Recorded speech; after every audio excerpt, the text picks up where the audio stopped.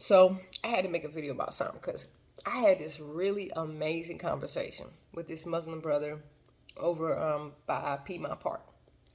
It was about a week or two ago, and I was just walking, and we just ended up in conversation, and it was a really deep conversation. And he had a lot of questions to me. It was a faith-based conversation, and he had a lot of questions for me. And by the end of the conversation, which lasted almost an hour, he took out some frankincense oil and he rubbed it on my hands. And he said he was anointing me because I had a lot of knowledge and to keep teaching.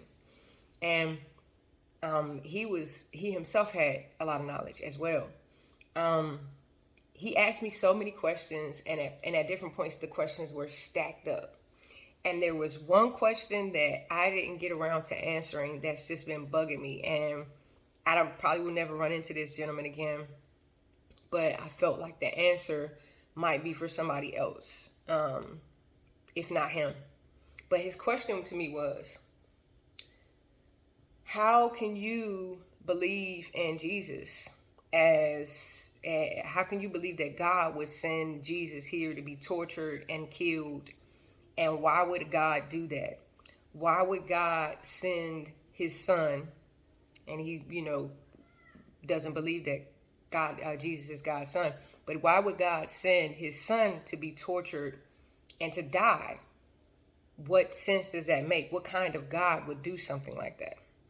And that question and all the other answers that I was given, that question kind of slipped away. But I felt so strongly about the answer and so regretful that I didn't answer that question, because it's a very important question. And I'm sure a lot of people wonder that. Why would God send someone here to be tortured and die for us? And he said, no other religion, no other God did that. And that is exactly why I believe that Jesus is the Son of God. And I believe in the story, because sacrifice is law. As a matter of fact, the greatest way you determine how much you love something is by how much you're willing to sacrifice for it. For example, I play basketball. I love basketball. So I got up early in the morning to go to practice. I ran on the beach. I did workouts that I would never have done, that I didn't enjoy doing, that were a sacrifice of my time, my energy, my social life, etc., so that I could do the thing that I love.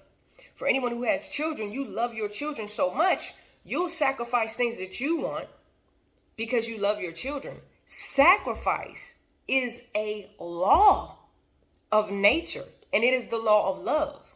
So that is exactly why I wholeheartedly believe that God sent a sacrifice, because God is a God of law. God cannot break his own laws. And anyone who's ever achieved anything in life, the higher the achievement, the greater the sacrifice. So if God wanted, and even before Jesus, sacrifice was law. People made sacrifices customarily as an atonement for their wrongdoings. If you're a husband and you're in a relationship or a wife, and you do something to hurt your husband or hurt your wife, you're going to be sacrificing for a little bit of time till you can get things back to where they were. Sacrifice is law. So in order for us to be redeemed, in order for our souls to be redeemed by God, no matter what the sinful life that we may have lived, it is through Jesus, the sacrifice of Jesus, that gives us the privilege of being saved, of being redeemed, of being able to enter God's heaven.